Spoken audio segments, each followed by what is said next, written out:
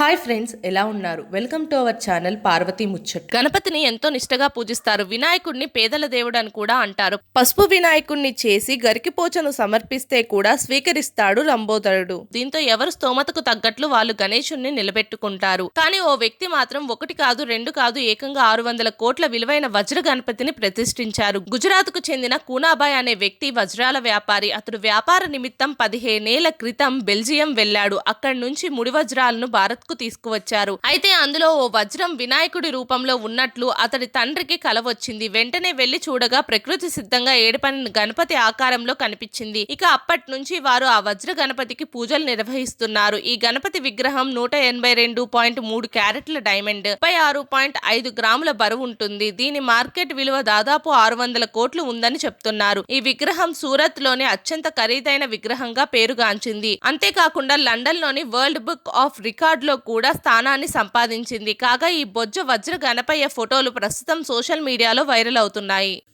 మా వీడియోస్ కనుక మీకు నచ్చినట్టయితే మా ఛానల్ని లైక్ చేయండి, షేర్ చేయండి, అలాగే సబ్స్క్రైబ్ చేసుకోవడం మాత్రం అస్సలు మర్చిపోకండి. మరిన్ని ఇలాంటి వీడియోస్ కోసం మా ఛానల్ని ఫాలో అవ్వండి.